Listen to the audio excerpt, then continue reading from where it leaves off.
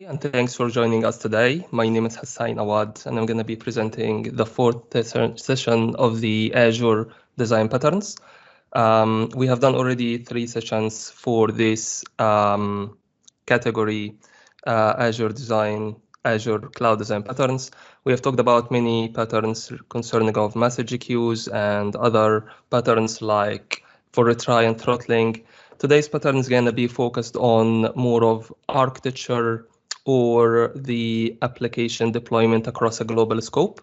So today we are going to focus on deployment stamp, bulkhead, and geode pattern. And at the end, we are going to have a question for something that has been talked about or mentioned in the session in this video.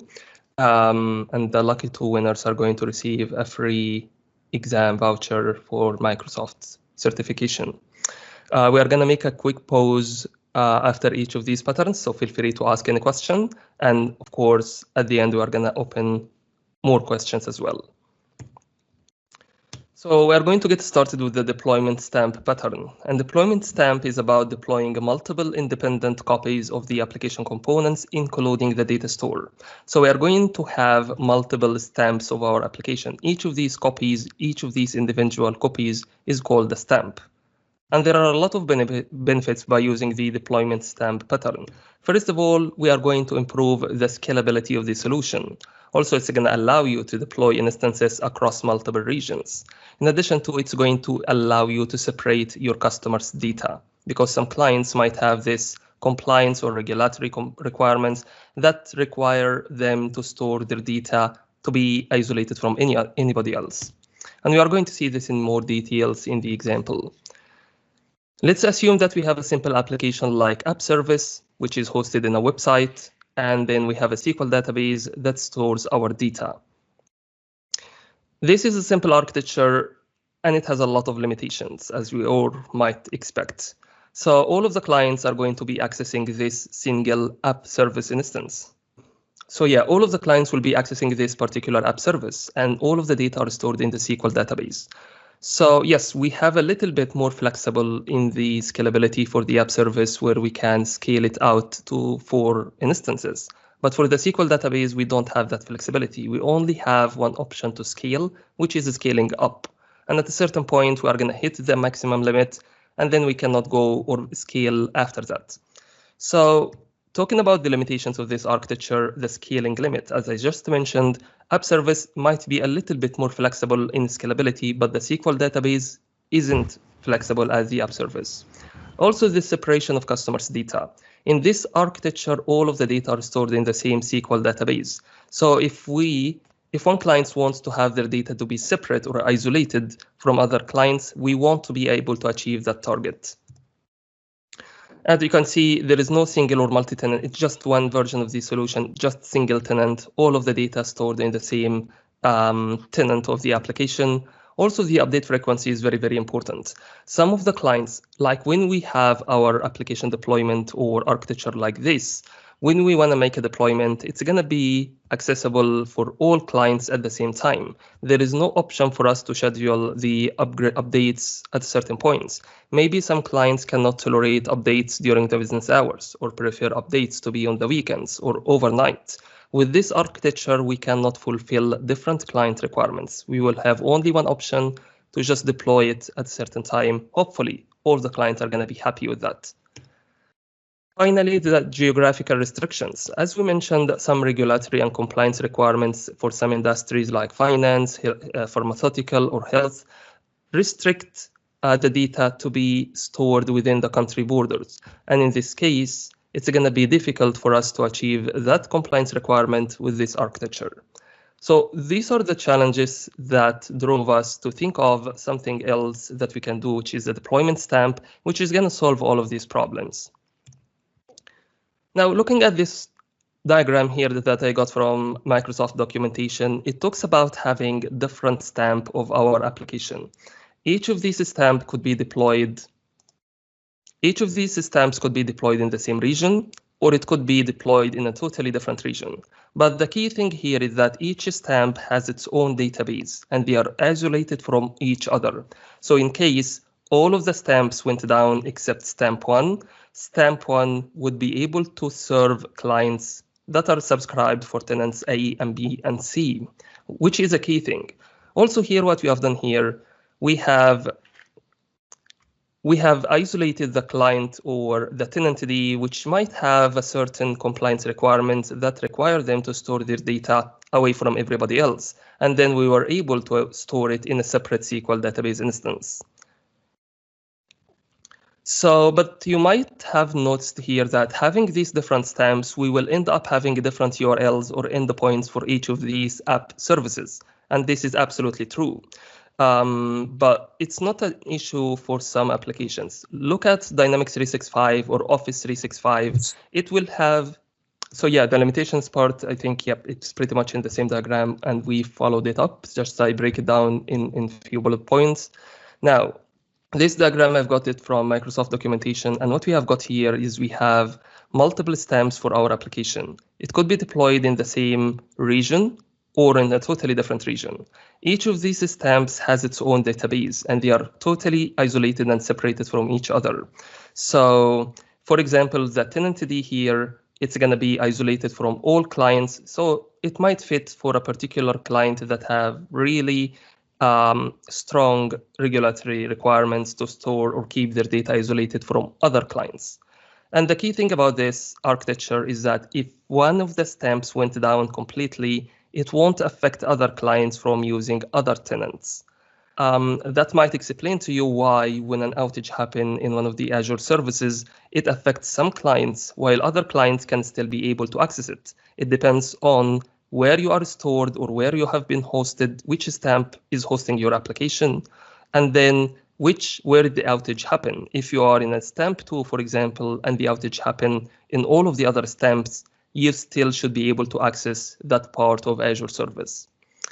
And you might have noticed here that having different app services, we are going to end up having different endpoints for our application. It might be okay at some points. Look at, for example, Dynamics 365 or Office 365.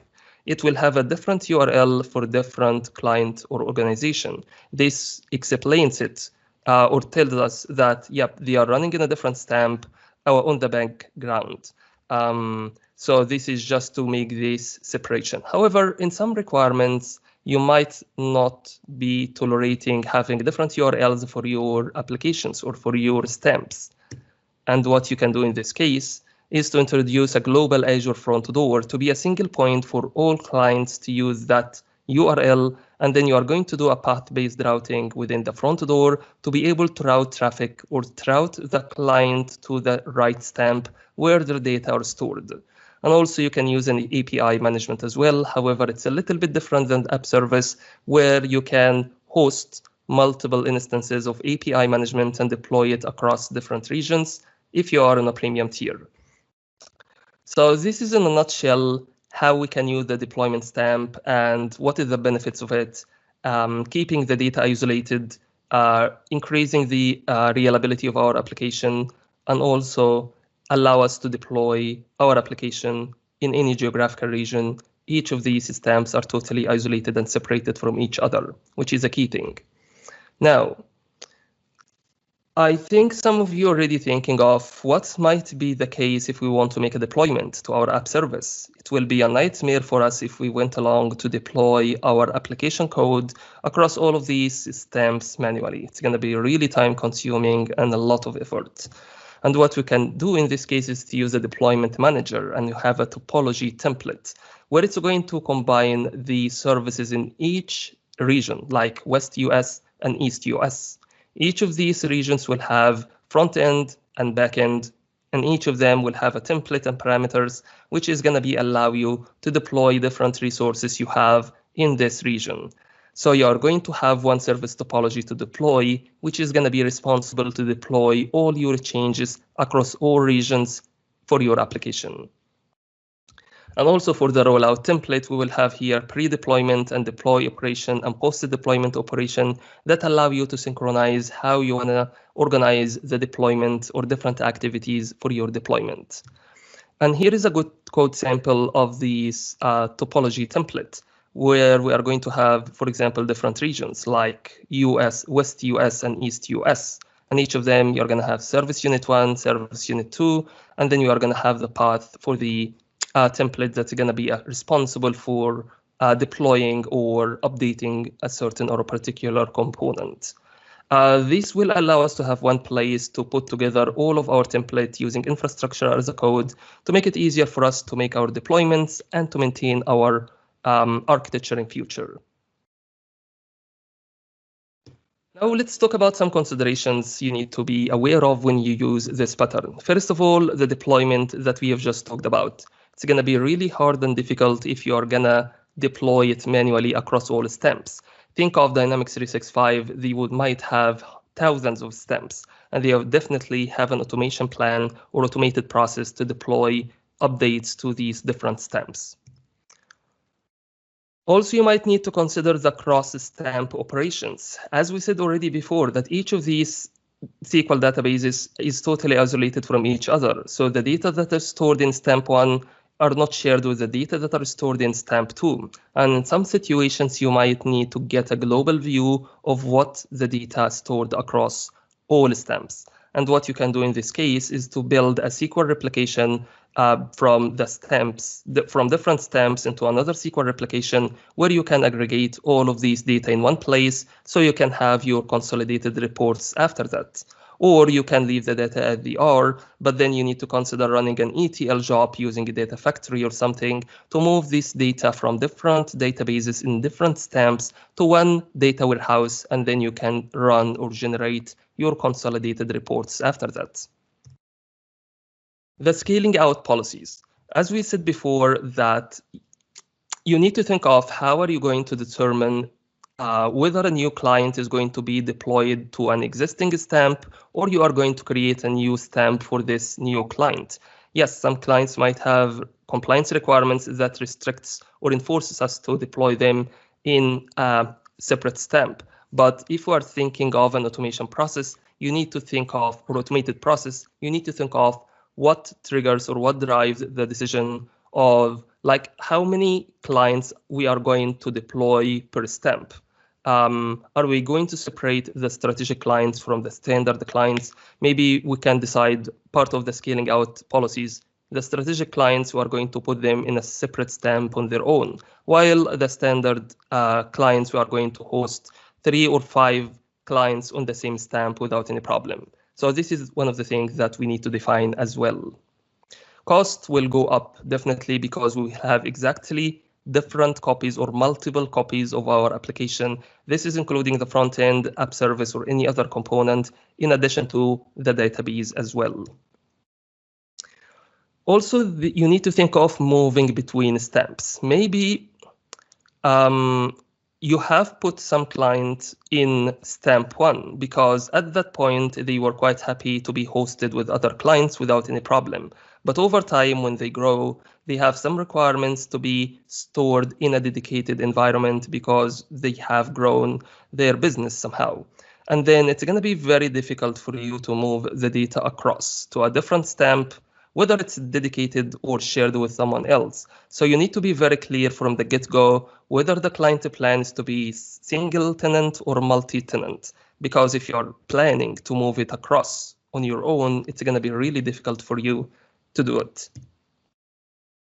And then the traffic routing, as we mentioned before, we need to have a global front door that's going to be able to have a single endpoint that's going to accept all requests from the users, and then it will be able to distribute or route traffic to the right stamp. So the front door primarily it's going to have the different policies, which is going to route certain clients to their right stamp where their data is stored. Also, you need to think of the shared components, like if you might have some static content in a blob storage, are you going to host it in one region and share it across all other regions, or you're going to duplicate it across multiple regions? And there are pros and cons for each. Having it stored in one blob storage in East US region, for example, it's going to have a central area to store all of these static content, and also the updates might be easy. But if Eastern US wasn't available for any reason, all of the app services and other stamps will become unavailable. And it might be better if you have this blob storage in all the other in stamps, so you can assure if one of the regions become unavailable, other stamps in other regions can function well. And this is one of the key things about deployment stamp. Now let's see when we should use this pattern. When we hit the maximum limit of scaling up our different resources. Similar to the database example, as we said, we can scale the database up to a certain limit. If your workload or your requirement is going to exceed this limit, you need to consider using a deployment stamp to allow you to be able to scale out to multiple instances rather than just having one single instance. Also, when you have a requirement to separate certain clients from others, the regulatory or compliance requirements that might restrict clients' data to be isolated or to be stored in a particular country borders. Also, when you need to have some tenants on different versions of your solution. Using deployment stamp, you might be running different versions for different clients for your application. Like you might roll out a certain update for a certain group of users on a certain stamps, while other stamps, you can delay them a little bit until you get a beta test or getting a testing result for the next version or the updated version that you have already deployed to certain clients on certain stamps. Also, it will allow you to do multi-region, to have a multi-region application like applications that are used by global users. And it definitely adds more resiliency during the outages. As we said, if you have hosted your application as just one instance, one app service, and one database, if this is becoming available, all global clients lose the access straight away. But when you use a deployment stamp and 2 or 3 stamps aren't available, the rest of the stamps will function well without any problem. And this is one of the key things about the deployment stamp. Now let's see when we shouldn't use the deployment stamp. When we have a simple solution, doesn't hit the maximum scalability limit for the different Azure components. Our aim is always to keep it simple, not to implement a pattern to just implement it. As we said here, the scaling up wouldn't help us to achieve what we are looking for, and we only scaling up would be fine for our to meet our workload requirements. And when the data needs to be replicated across all deployed instances, and this is another pattern we are going to talk about it today, like the Geode pattern. The key difference between deployment stamp and Geode, the deployment stamp data are isolated from each other, while Geode data pattern, all of the data are replicated to all databases around the globe. And we are going to see it in more details in the Geode pattern. Also, when some components needs to be scaled, but others not. One of the key things about the deployment stamp, when we have a dedicated client hosted in a certain stamp, we are flexible to increase the database storage or the computing power and maybe charge this particular client more, while we can have scale up or put certain stamps on a higher tier because they are getting more workload than other stamps. So it gives us more opportunity and flexibility to put different stamps or different components at different tiers. And definitely it's gonna allow us to save some money as well. And finally here, when you have a static content solution, we shouldn't use deployment stamp because it will be more complex to implement the pattern rather than just implement static content solution using other patterns like static content hosting. Okay, now let's talk about the bulkhead pattern. And it's a bit of a break between the deployment stamp and Geode pattern because they are very related in how we can deploy different applications globally. And I wanted to just have a bit of a something different in between. So the bulkhead pattern comes under reliability category of cloud design patterns, and it allows us to isolate application components into separate pools. So if one of the pools failed, other pools or other components can continue to function without any problem. And related patterns to the bulkhead pattern like circuit breaker, which is very common, and retry or throttling patterns. And we have talked about retry and throttling patterns in previous videos. If you haven't seen them already, I recommend to give that a watch. Now let's see from where the bulkhead name comes from. Bulkhead name came from Navy or from shipbuilding industry. Like in the old days, the ship was just one big container. If it has a hole in the ship body, it will end up that the ship is gonna sink to the water. There is no way for the ship to survive with that design or architecture. And it was something that pushed the Navy engineers to think to do something different. And they came up with the bulkhead. And what they are gonna do is to isolate the ship body into a different containers. So if one of those containers compromised and filled with water, it's gonna stop the water to be leaked to other parts of the ship, and then the ship can survive and continue its journey. It's still used, the bulkhead is still being used in all ships and Navy submarines today as a way of survival. If the ship has hit iceberg or something, it's going to allow it to carry on until it reaches to the land. And we are going to use the same concept to stop the damage that might happen in one service in our system from be cascading to other services in our system. Now let's see the example to help us understand it better. Now let's assume that our service consists of three main services, service A, B, and C. And we have external clients that are hitting service C. And then service C is going to do an internal service call to service B to getting some data, and service B will need to call service A to get or collect some data as well. Let's assume that service A become unavailable for any reason. And what's going to happen is that service B is still going to be trying to call to service A to get the data back from it or to get any response from service A. But in reality, service A wouldn't come with any response because it's not available. So service B will be running out of resources or threads or processes as long as it's trying to reach to service A, which is not available anymore. So sooner or later, service B will not be available anymore. As a result, that service A wasn't available in the first place, and we're still trying to call it over and over and over.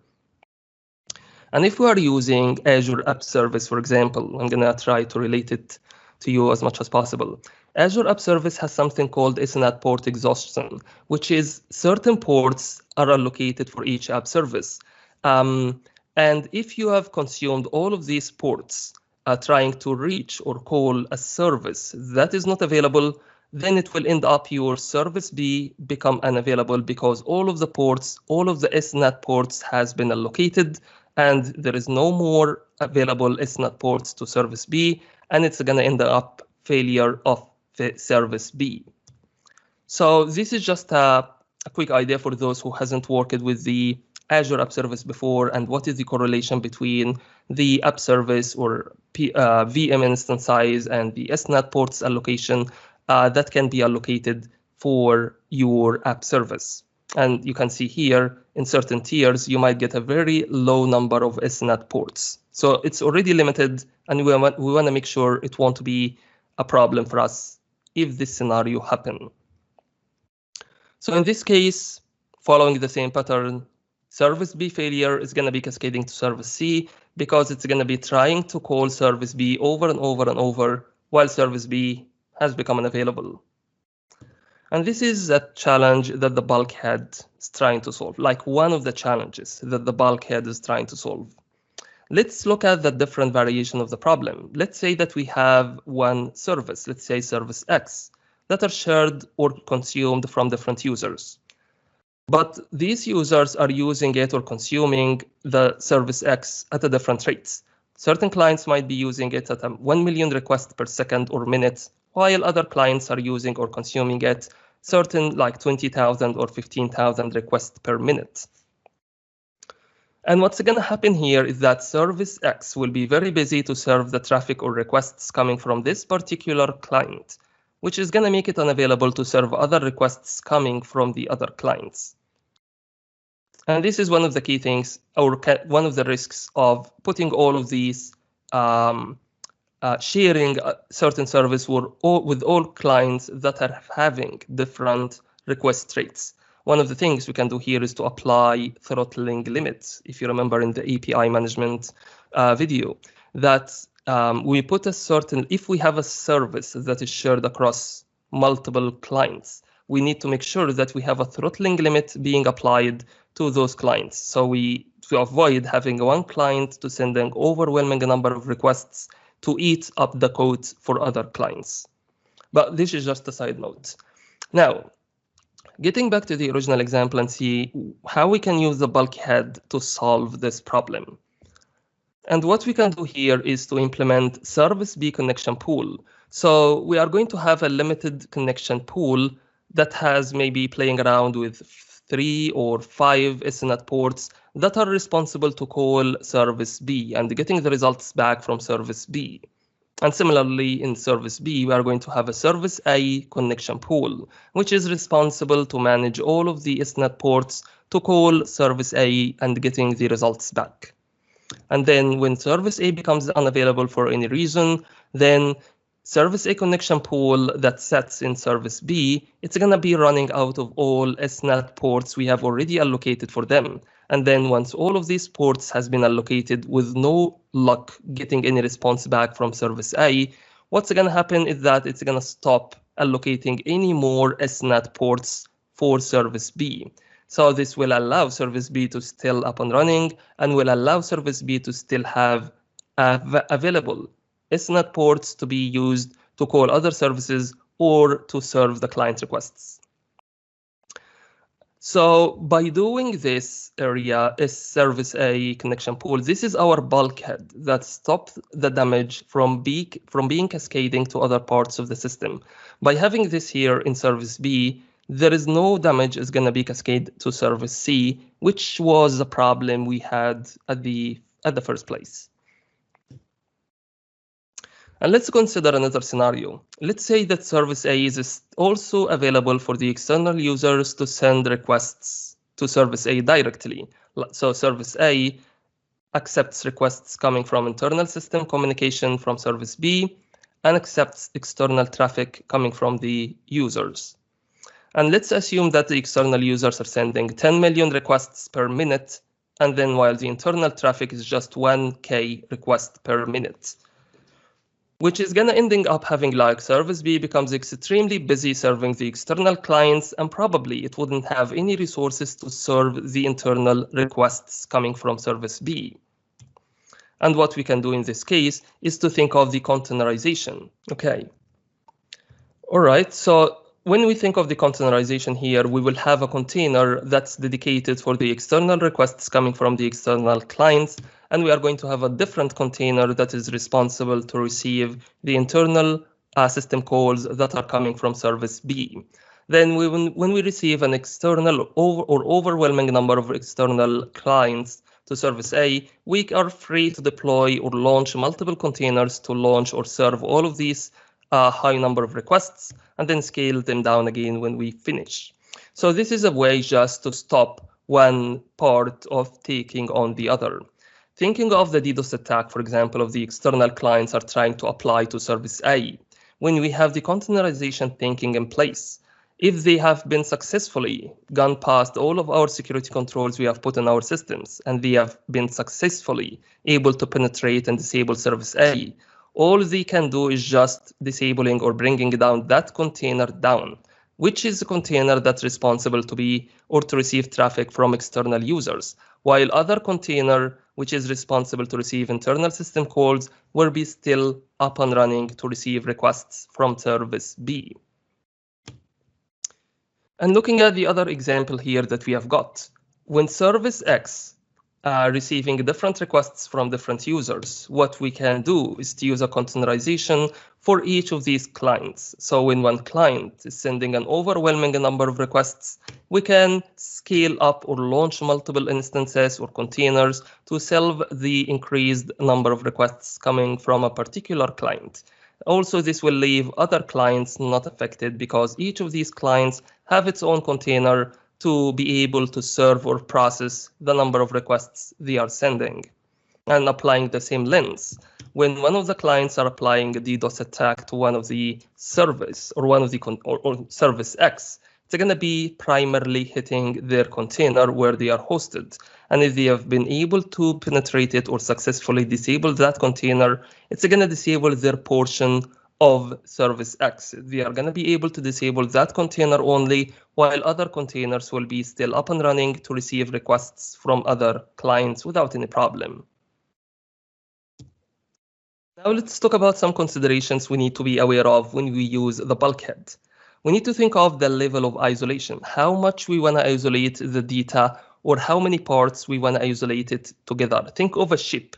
How many pools have been used to isolate the ship? The more pools you have, the more resilience you are going to have, but also it might take a little bit more time when you design or implement it at the first place. Also, when you are going to combine, you can combine other patterns like retry or circuit breaker or throttling pattern with the bulkhead to stop the damage at a certain point. Circuit breaker, for example, is very, very useful to be used when service A is calling service A and it's always kept failing for a certain number of failed requests. And what's going to happen in circuit breaker, that service B will stop calling service A anymore until 10-15 minutes based on your business requirements. And this is a way of stopping the damage as well. Also, you need to consider using processes or thread pools to apply the same thinking for applications that are hosted in a particular VM. Also, you might need to deploy, as we said, your application or part of the service in separate VMs or containers or processes to make sure that no one is going to take on the others. Also, you can use this asynchronous communication as a way of stopping the damage in your architecture. Like, for example, if we have message queue between service B and service A, and then service A becomes unavailable, what service B is going to be doing is just sending the requests to the message queue in here, and then it's going to stay until service A becomes up and running. So it's also a way for stop the bleeding in your system. Fire and forget kind of architecture. Also, you need to consider the level of granularity that you need to apply in your system or service design, and monitoring is going to be very, very important to allow you to know where is the error and what's the error, what was the root cause of the error. Now let's see when we should use this pattern. If you want to isolate resources to use to consume the backend services, like you want to isolate your inter-system communications to make sure that when a problem happens in one service, it's going to affect the others. Also, when you want to isolate critical customers from standard customers, also you want to protect the application from cascading failure. And this is the key thing or the key point for this pattern. And let's see when we shouldn't use this pattern. If you have a less efficient use of resources, or the added complexity is not necessary.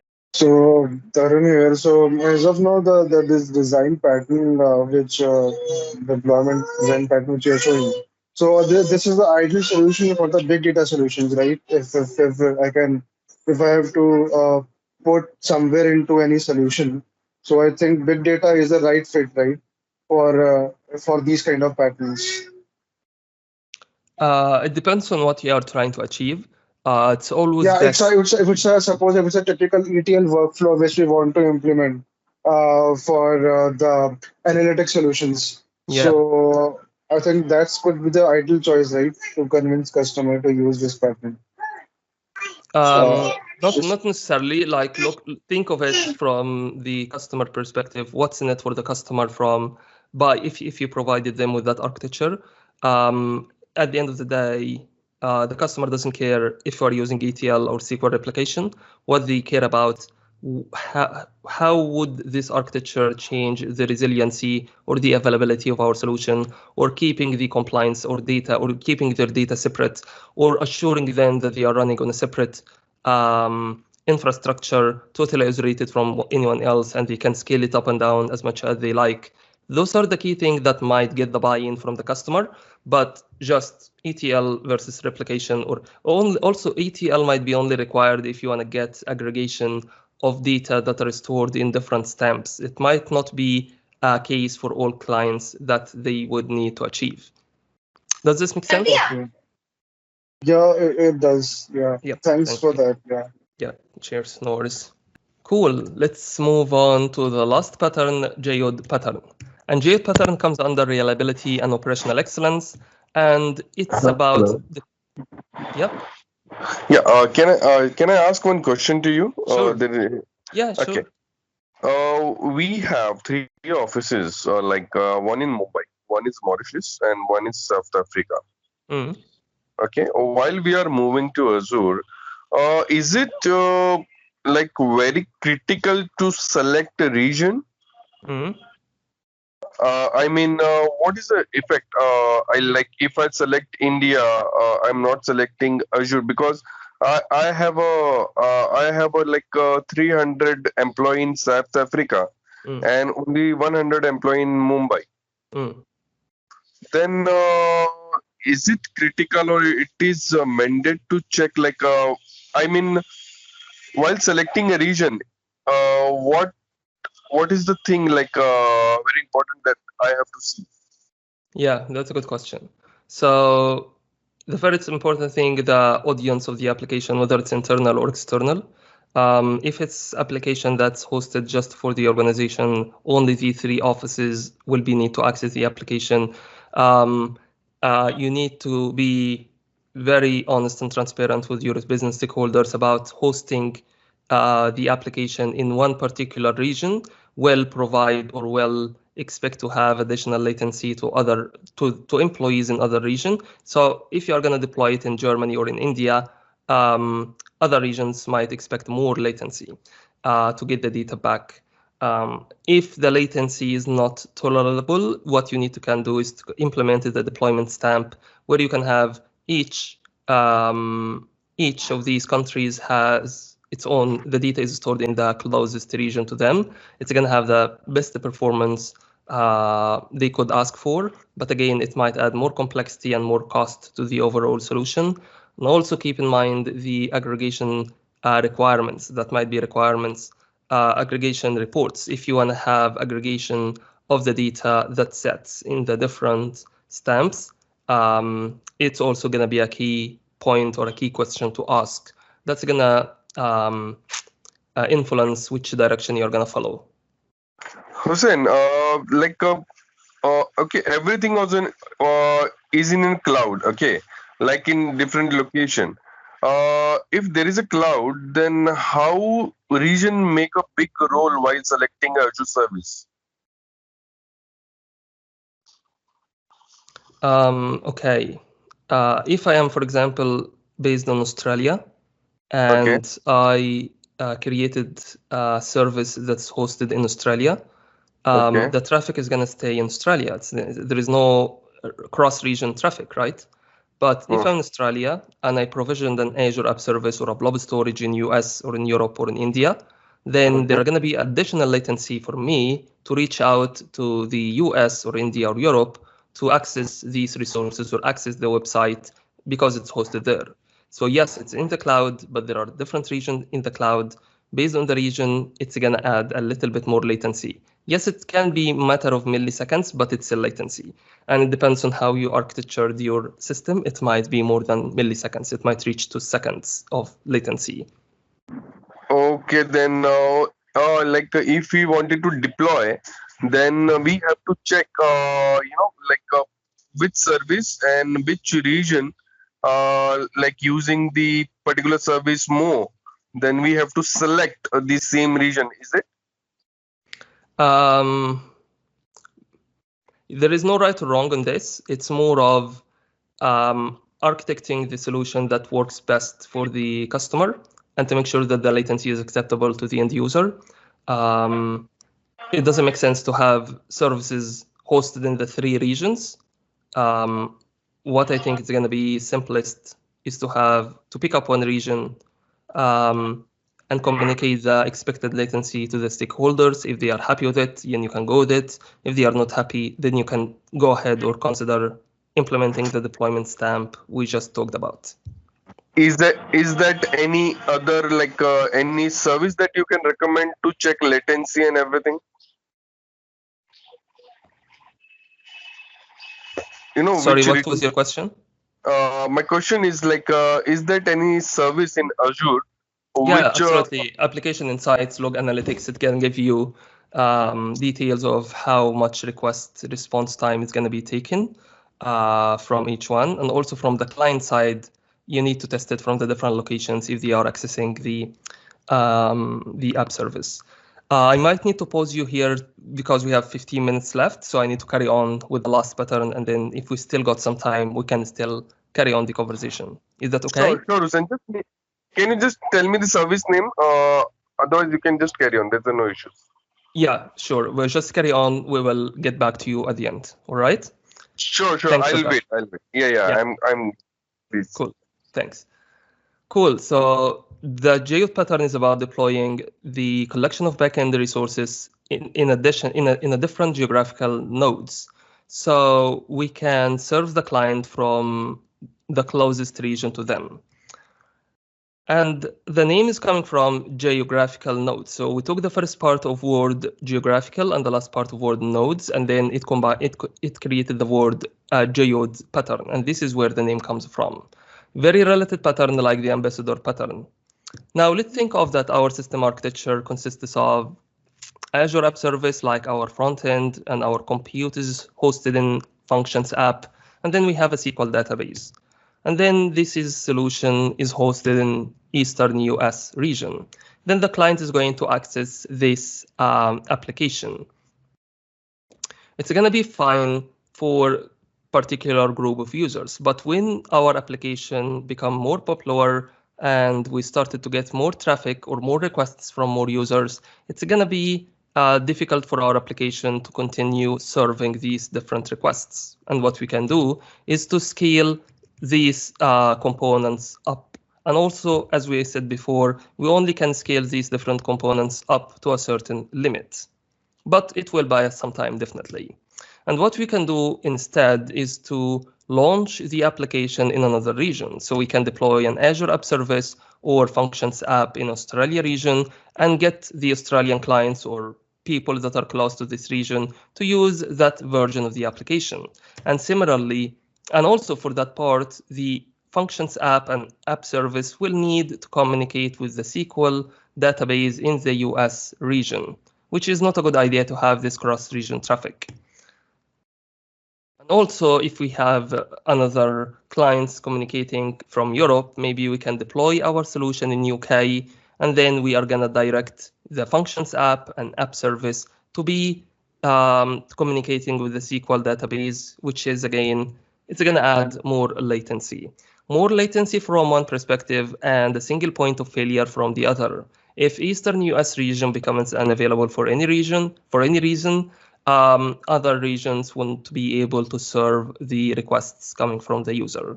And this is exactly the challenge that the Geode pattern is trying to solve. So what we have in here is that we have deployed our application in, this is something different than CDN. I know all of us are aware of the CDN, Content Delivery Network, where we can put it in front of an Azure App Service to provide a geo replication for the app service. What we are talking about here, even though we have done a CDN version or we have deployed the app service manually in few regions, we still will have the database in one region. And there is a lot of cross-region traffic that's going to happen to make this work. And this is what we are trying to solve and avoid. So this is the what we can do in this case is to deploy all of the solution in different regions to have the app service and compute Functions app and Cosmos DB.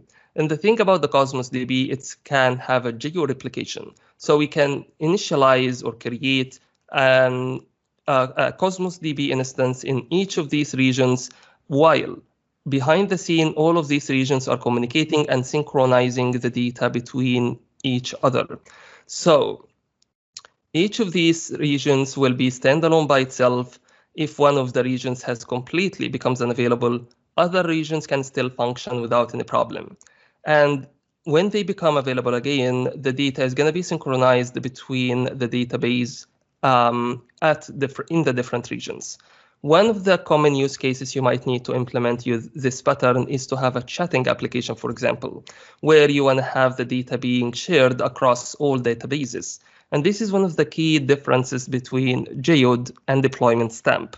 In deployment stamp, all of the stamps becomes isolated from each other because we wanted the data to be separated from each other. But in here, we wanted the data to be shared across all other nodes of the architecture. And then, of course, we will have to have an Azure front door, which is going to distribute the traffic coming from different users around the world to the closest node to their location. This is just to reduce the latency as much as possible and ensure that we have the best performance of our application. So when we implemented this pattern, we need to pay attention for the DevOps practice. We want to make sure that we have an automation process that deploy all of these different components in different nodes. Also for the auto scaling, while we have these different components in the different regions, what is our auto scaling strategy if a certain node or a certain region started to get more traffic than other regions? Also, we will need to use a front-end service like Azure Load Balancer and a replication data store like a Cosmos DB, which does the replication behind the scene out of the box. And we should be using serverless technologies as much as possible. This is going to make our life easier a lot. Also, the API management is not mandatory in here, but it's going to add more resiliency to your API layer. Now, talking about the considerations we need to be aware of when we use this pattern. We need to choose whether we are going to process the data locally in each region or we are going to process them globally by distributing the data or replicate the data across regions. Also, for the geodes, can work using the Cosmos DB and can in a real-time communication platform like single R. Also, this design implicitly decouples everything. Everything deployed in a certain region will be 100% isolated from other regions, and it's a perfect way to decouple your architecture. Also, distributed deployments have a greater number of secrets and ingress points, and it will require more security measures. So as long as you're having your components deployed in multiple regions, in multiple areas, you want to pay more attention for the security controls you are deploying. Also, you need to determine the availability requirements for your data, and this will be a driver for you to say, how are you going to replicate the data, Cosmos data, the data that's stored in Cosmos database across different regions. And also, Azure offers different options of load balancers. You need to pick up the best one that's going to work for your situation. Now let's see when we should use this pattern. When you want to implement a high-scale platform that the users are distributed around the world for any service that requires extreme availability and resilience requirements. When we shouldn't use this pattern, that like the anti-pattern of the deployment stamp, where we have a constraint that the data shouldn't be shared in other region. This is one of the anti-patterns when we shouldn't use the geode, and definitely deployment stamp will be best for it. And situations when there is no geographical distribution requirements, and also when there is a legacy platform needs to be retrofied. And definitely simple architecture when there is no geo redundancy or geo replication required. We don't need to complex our architecture with just implementing a certain pattern. Yeah, thanks, Kasam. Thanks, everybody. Thank you. Thanks, Kasam. Thank you, Hussein. Have a good day, everyone. Thank you, Hussein. Thanks. Thank you. Thanks, guys. Stay safe. Bye-bye. Thanks, everyone. No, thank you, everyone.